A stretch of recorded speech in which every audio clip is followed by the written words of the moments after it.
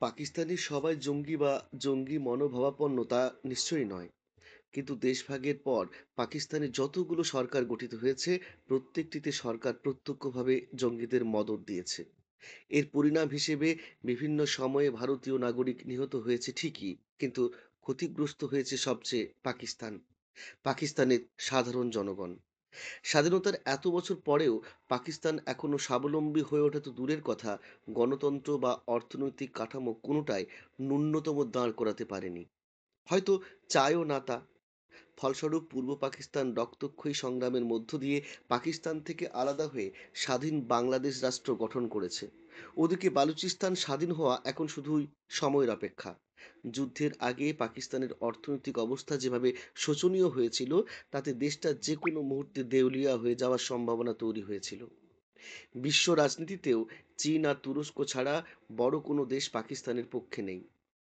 এমন অবস্থায় পাকিস্তান সরকার পহেলগাঁওতে জঙ্গি পাঠিয়ে ধর্ম বেছে বেছে ২৬ জন ভারতীয় পুরুষকে তাদের স্ত্রীদের সামনে হত্যা করেছে। এটা জঘন্য নারকীয় কাজ তো বটেই, পাশাপাশি এর আরেকটা লক্ষ্য ভারতকে এক প্রকার প্ররোচনা দেওয়া।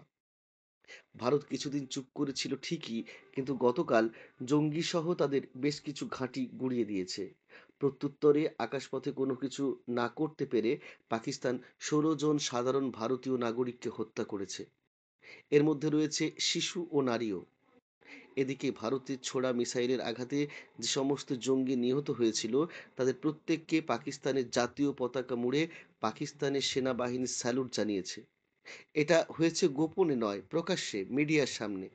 এখন জঙ্গিদের প্রতি সেনাবাহিনীর গান স্যালুট জানানো মানে অবধারিতভাবেই পাকিস্তান সরকারের স্যালুট জানানো।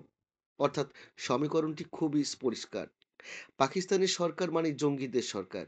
কতিপয় সাধারণ মুক্ত চিন্তার মানুষ বাদ দিলে যেটা দাঁড়ায়, তা হলো পাকিস্তান মানেই জঙ্গি স্থান।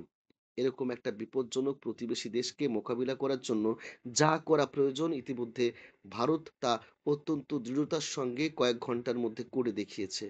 কিন্তু পাকিস্তান এখনো প্ররোচনা দেওয়া বন্ধ না করলে ফলস্বরূপ এটা নিশ্চিত, ভারতের তেমন কিছু ক্ষতি হবে না, কিন্তু পাকিস্তানের ক্ষয়িষ্ণু অস্তিত্ব আরও ভয়াবহভাবে বিপন্ন হবেই।